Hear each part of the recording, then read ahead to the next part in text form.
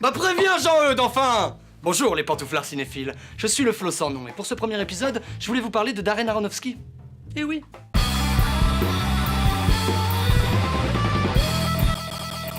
Donc, Darren Aronofsky est un réalisateur, scénariste et producteur américain qui nous aura pondu jusqu'ici 7 longs métrages. Et je vais parler de chaque film afin qu'on puisse se faire une vision d'ensemble. J'avais vraiment envie de faire ce premier épisode sur lui parce que j'ai le sentiment que pour Aronofsky, c'est important de faire des films. Il suffit de le voir sur les tournages pour bien se rendre compte qu'il est vraiment heureux d'être là et que ça compte pour lui. Ou alors il est complètement défoncé, je sais pas. Et c'est pendant ses études à l'American Film Institute... Quoi? C'est ma prononciation en anglais, c'est ça? Vas-y toi. C'est pas beaucoup mieux mon vieux. C'est donc pendant ses études qu'il rencontrera Matthew Libatic, directeur de la photographie. Et il devait avoir pas mal de choses à se dire puisque c'est toujours ce cher Libatic qui s'occupe de la photo sur les films d'Aronofsky aujourd'hui. Et cette grande aventure commence en 1998 où ils auront un succès inattendu avec Pi, premier long métrage pour Aronofsky, qui remportera le prix de la mise en scène au festival de Sundance la même année. Ce qui est un bon début. Tais-toi! Je regroupe ces 3 longs métrages ensemble parce qu'ils me paraissent représenter une période chez Aronofsky. J'ai l'impression qu'ils se cherchent tout simplement. Aucun des 3 films n'a la même esthétique, mais pourtant ils partagent certains procédés de mise en scène ou procédés de montage. Aucun n'a non plus vraiment la même ambition et c'est ce qu'on va essayer de décortiquer ensemble aujourd'hui.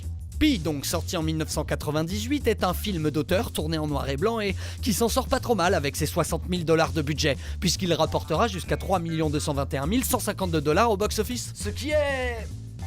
très précis. Eh oui.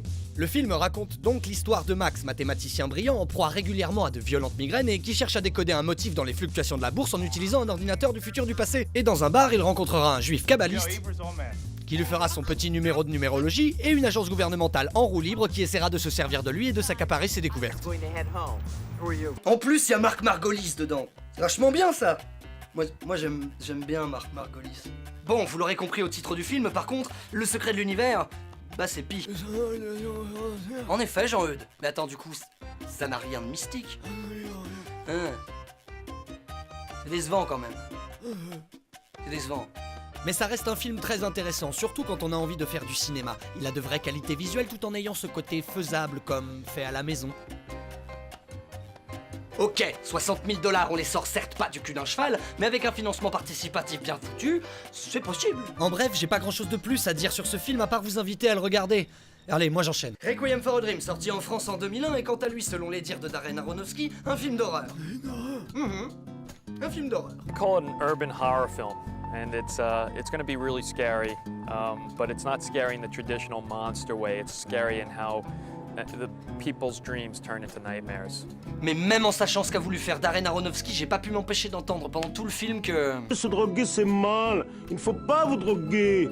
Si vous vous droguez, c'est mal. Parce que la drogue, c'est mauvais, voyez. Car oui, au même titre que Trainspotting, Human Traffic, Spun ou encore Las Vegas Parano, c'est un film avec beaucoup de la drogue dedans. À ceci près, par rapport aux autres films, que dans celui-là, il s'agit plutôt d'une descente aux enfers absolue pour tous les personnages.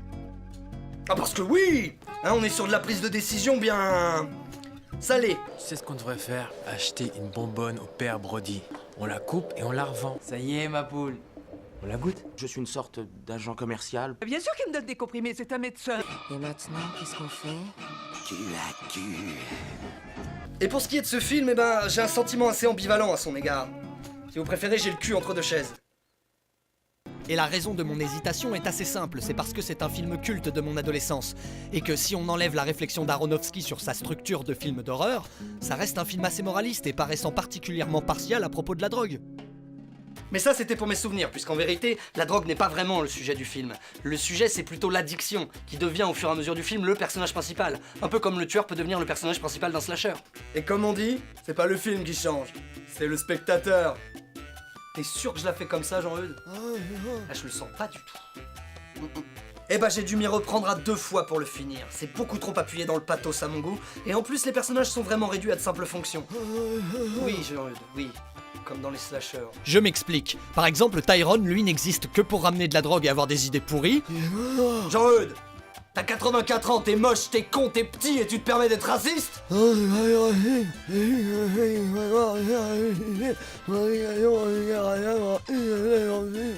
Qu'il est un chauffeur blanc. Ouais.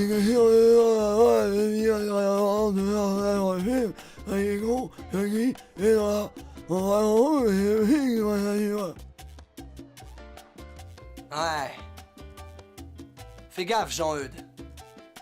Il me reste une pantoufle. Reprenons. Marion, qui s'appelle Marianne en VF pour une raison que j'ignore. Vache.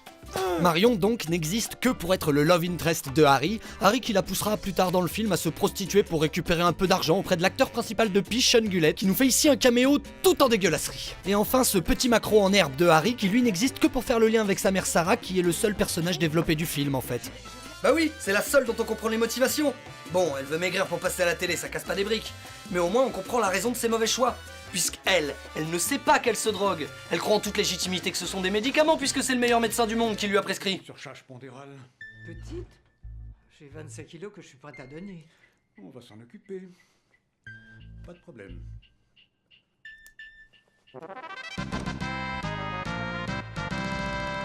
Et tout ce petit monde va en une année seulement finir le plus mal possible. Marion finit par se prostituer sans l'aide de personne, comme une grande, et d'ailleurs elle a pas pensé à aller trouver un job. Pendant tout le film, elle compte sur l'argent que ramène Harry. Tyrone lui est en prison, et ce petit con de Harry a perdu un bras. Parce que oui, quand on a ça sur le bras, on s'inquiète. On va consulter. Et d'ailleurs, il n'y aura que les femmes qui finiront avec le sourire, dont une complètement folle, certes, mais avec le sourire. Et comment oublier cette grande scène finale, cette montée dans l'horreur insupportable, le célèbre cul à cul de Marianne ou les électrochocs avec plus de passion pour Mamie Goldfarb, appuyé par ce thème culte composé par Clint Mansell et interprété par le Kronos Orchestra. Mais si vous la connaissez, ça faisait un truc du genre...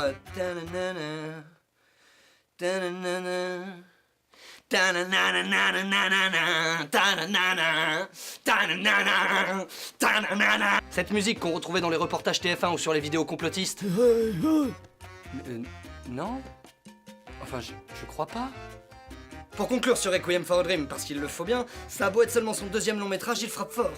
Et je dois pas avoir été le seul ado que ça a marqué à l'époque. Mais avec le recul, j'ai plus l'impression de voir une note d'intention stylistique, un patchwork d'idées de réalisation signifiantes que Aronofsky reprendra et peaufinera bien plus tard. Mais ça, je vais y revenir. Et on enchaîne tout de suite avec The Fountain, ou La Fontaine au Québec. Ce film était à l'époque son film le plus ambitieux, avec pas moins de 35 millions de dollars de budget. Bien que, à la base, le film devait avoir le double de budget, avoir d'autres acteurs et être tourné en Australie. On peut voir que les décors étaient plutôt bien avancés et que le film aurait dû avoir une esthétique assez différente. Et pour une raison que j'ignore, le studio a simplement tout arrêté. Avant d'avoir une deuxième chance de tourner le film, Aronofsky s'est tourné vers Kent Williams, dessinateur qui illustrera le premier scénario d'Aronofsky. Cette BD est d'ailleurs disponible à l'achat sur le net. Donc, l'année suivante, sans se laisser démonter, Aronofsky a repris le script, coupé le budget en deux et commencé à tourner à Montréal. Et en petit cadeau, voici Hugh Jackman qui discute avec Darren Aronofsky pendant qu'on le maquille. C'est très beau. I'm sort of doing a bit of my body's freaking out. Yeah. And then there's Maybe even the first one.